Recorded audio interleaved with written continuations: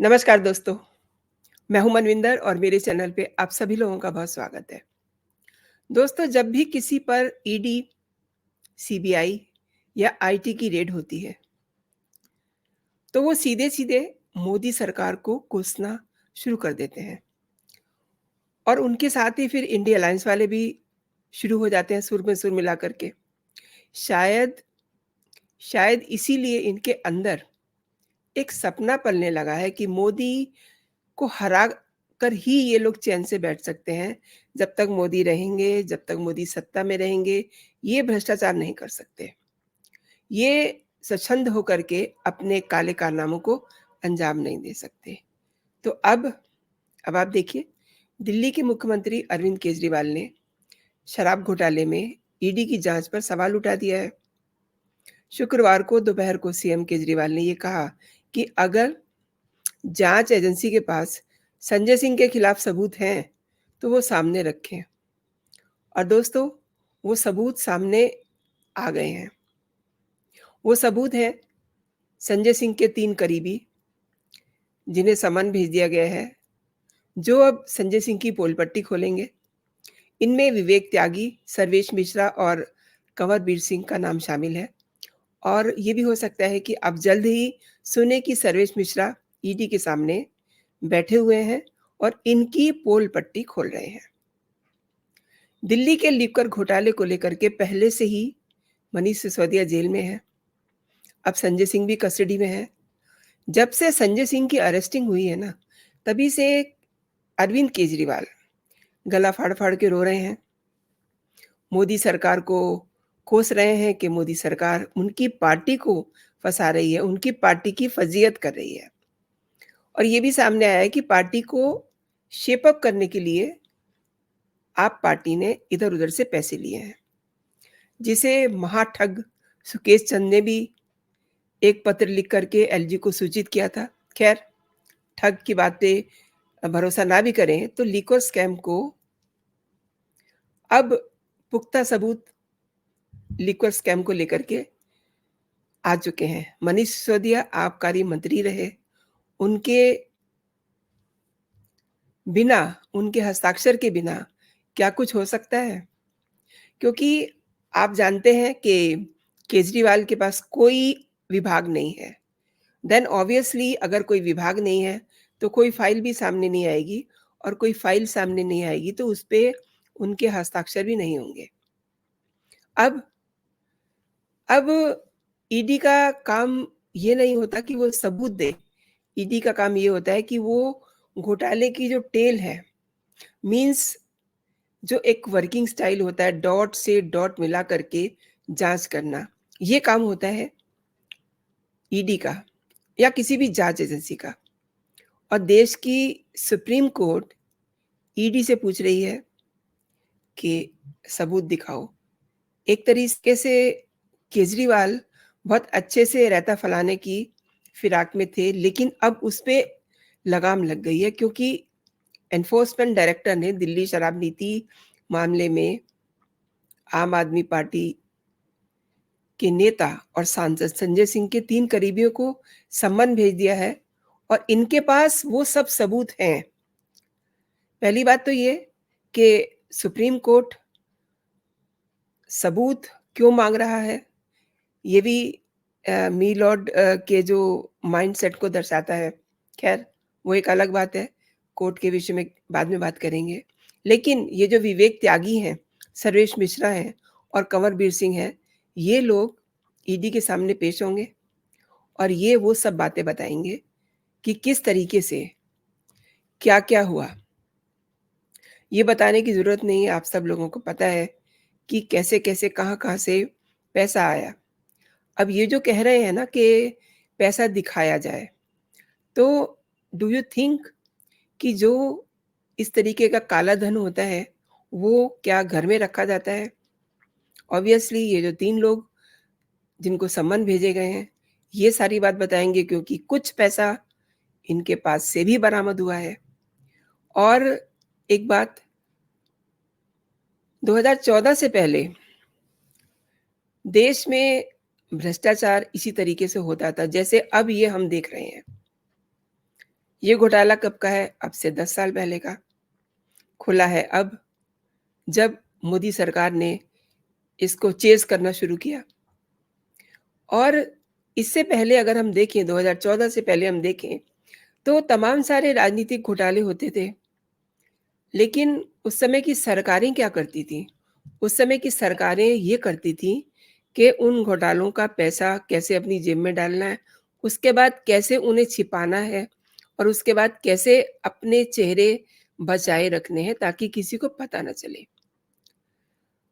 ये जो liquor scam है, 1 मिनट के लिए अगर इसको एक तरफ रख दें, तो आपको याद होगा शिवपाल यादव, अखिलेश यादव, ये भी बहुत जल्दी ही सीबीआई की रडार पे आने वाले हैं, क्योंकि इन्होंने जो घोटाले किए थे, उन घोटालों पे योगी आदित्यनाथ ने अपनी नज़र गड़ा ली है, फाइलें उनके सामने रखी हुई हैं और किसी भी दिन आप सुनेंगे कि उन तक भी सीबीआई पहुँच चुकी है और ऐसे ही वो भी चिल्ला रहे होंगे कि मोदी सरकार उनको डिफेम कर रही है, योगी सरकार उनको डिफेम कर रही है, उन्होंने तो कुछ किया ही नहीं है। तो फिर तो फिर वो कैसे घोटालों में फँसे हुए हैं? कैसे गोमती रिवर फ्रंट घोटाला सामने आता है, जिसे योगी आदित्यनाथ ने द वेरी सेम डे जिस दिन उन्होंने मुख्यमंत्री पद की शपथ ली थी, उसके बाद उन्होंने इस पूरे मसले को देख लिया था और उसी दिन से इस पूरे मामले की जाँच चल रही है। ख़ैर वो एक अलग बात है।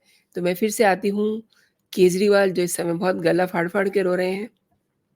अब उनको ये टेंशन हो रही है कि जब संजय सिंह के सामने इन तीनों लोगों से बातचीत होगी, पूछताछ होगी, तो संजय सिंह अपना गुनाह छिपा नहीं सकेंगे। फिलहाल संजय सिंह 10 अक्टूबर तक ईडी की हिरासत में है और संजय सिंह को बुधवार को यानी कि 4 अक्टूबर को उनके दिल्ली वाले घर से पूरे दिन की पूछताछ के बाद शाम के समय गिरफ्तार किया था।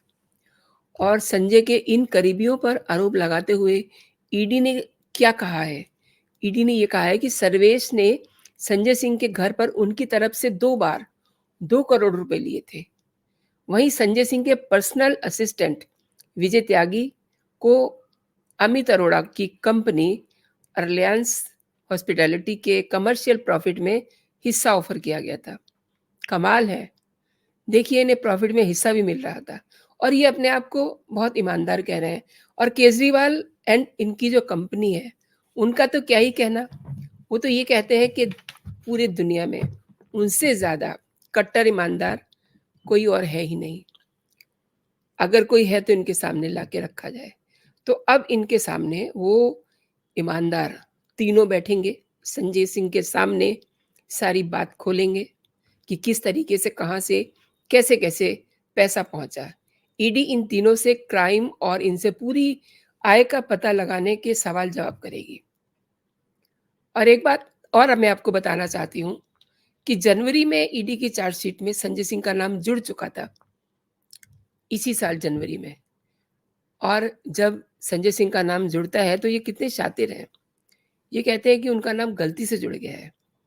दरअसल शराब नीति घोटाले में आरोपी से सरकारी गवाह बने दिनेश अरोड़ा ने ये कहा कि उनके रेस्तरां में संजय सिंह और दिल्ली के बार रेस्तरां में मालिकों के बीच में बातचीत हुई थी। अब चूँकि जो दिनेश अरोड़ा हैं, उन्हें भी अपनी जान बचानी है, तो वो तमाम सारी बातें खोल-खोल के बता रहे हैं। इन्होंने कभी सोचा नहीं होगा कि दिनेश अरोड़ा इस तरीके से इनसे बेवफ़ाई करेगा। होता है ना, जब जब चीज़ें ठीक होती हैं, तो लगता है कि ये जो सामने बैठा हुआ है सारा का सारा उसका अपना है। लेकिन अपना कोई नहीं होता, सबको अपनी जान बचानी होती है। तो दिनेश अरोड़ा ने ये खेल खेला और वो सरकारी गवाह बन गए हैं और वो सब जगह, वो रेस्टोरेंट सब कुछ सामने आ गया है। और इस मीटिंग में मनीष सिसोदिया ने भरोसा दिया था कि दोबारा सरकार बनने पे आबकारी नीति बनाते वक़्त शराब कारोबारियों के फ़ायदों को, उनके हितों का ख़्याल रखा जाएगा, उनका ख़्याल रखा जाएगा ताकि उन्हें कहीं नुकसान ना हो। और अरोड़ा ने पार्टी फंड में 82 लाख रुपए दिए, वो सीएम केजरीवाल को मिले। ईडी में चार्जशीट में नाम जोड़े जाने पे संजय सिंह ने वैसे काफ़ी हंगामा मचाया था ना, आपको याद होगा। कह रहे थे कि मेरा गलती से नाम जुड़ गया है। तो इस पे फिर ईडी ने सफाई भी दी थी कि संजय सिंह का नाम 4 जगह पे था। एक जगह पे नाम जो है गलत तरीके से लिखा गया था, बाकी 3 जगह पे नाम सही था। And this is human error. ये एक टाइपिंग की गलती थी, इस वजह से एक जगह पे नाम गलत हो गया। एंड ये लोग कितने चालाक हैं, उस एक गलती को पकड़ के अपने आप को पाक-साफ होने का ये दावा करने लगे। इसके बाद ईडी ने संजय सिंह को मीडिया में बयानबाज़ी ना करने की सलाह भी दी थी, क्योंकि मैटर पूरा जो था वो कोर्ट में पेंडिंग था। 2 मई को ईडी की दूसरी सप्लीमेंट्री चार्जशीट जारी की गई थी। इसमें आपके राज्यसभा सांसद राघव चड्ढा का भी नाम आया था। हालाँकि उन्हें अभी आरोपी नहीं बनाया गया है। लेकिन दोस्तों, एक बात आप समझ लीजिए कि आपके मन में ये आ रहा है ना कि अ, केजरीवाल शोर मचा रहे हैं इसलिए कि उन्हें अपना डर है। उन्हें अपना डर नहीं है। उन्हें अपनी पार्टी का भी डर नहीं है। उन्हें बस ये डर है कि वो अब जनता के सामने उनके कपड़े उतरने वाले हैं। क्योंकि अगला नंबर मेबी राघव चड्ढा का हो। अभी उनकी शादी हुई है तो हनीमून पीरियड में बिज़ी हैं वो, इसलिए शायद से हो सकता है सरकार या ईडी उनको डिस्टर्ब ना करना चाह रही हो। लेकिन ये पीरियड भी ओवर होगा और वो भी सामने आएँगे और जल्द ही ये जो आप पार्टी आप देख रहे हैं ना, जो बहुत दावा करती है कि हम सबसे पाक-साफ हैं। इन्होंने ईमानदारी को ईमानदारी की परिभाषा ही बदल दी है। परिभाषा इन्होंने क्यों बदल दी, मैं क्यों ये बात कर रही हूँ, क्योंकि ये पार्टी जब आई थी तो इसमें बहुत अच्छे-अच्छे चेहरे इनके साथ जुड़े थे, जो आज कहीं भी नहीं हैं। जो कहीं भी स्टैंड नहीं कर रहे हैं, जिन्होंने अपनी मर्ज़ी से जैसे ही देखा कि केजरीवाल एक घटिया इंसान है, तो उन्होंने इस पार्टी को एक लॉजिक दे कर के अपने आप को अलग कर लिया। क्यों? क्योंकि वो एक मिशन लेकर के आए थे। वो मिशन लेके आए थे कि हम देश की राजनीति से भ्रष्टाचार हटाएँगे। लेकिन अब आप देखिए, केजरीवाल तो भ्रष्टाचार का दूसरा नाम बन गया है। इसीलिए ये बार-बार कहता है कि मुझसे ज़्यादा कट्टर ईमानदार कोई नहीं है। और अब आप देखिए, इनसे ज़्यादा कट्टर कोई बेईमान नहीं है। दोस्तों, कट्टर ईमानदार और कट्टर बेईमान, इनकी भी जल्दी ही पोल पट्टी खुलने वाली है।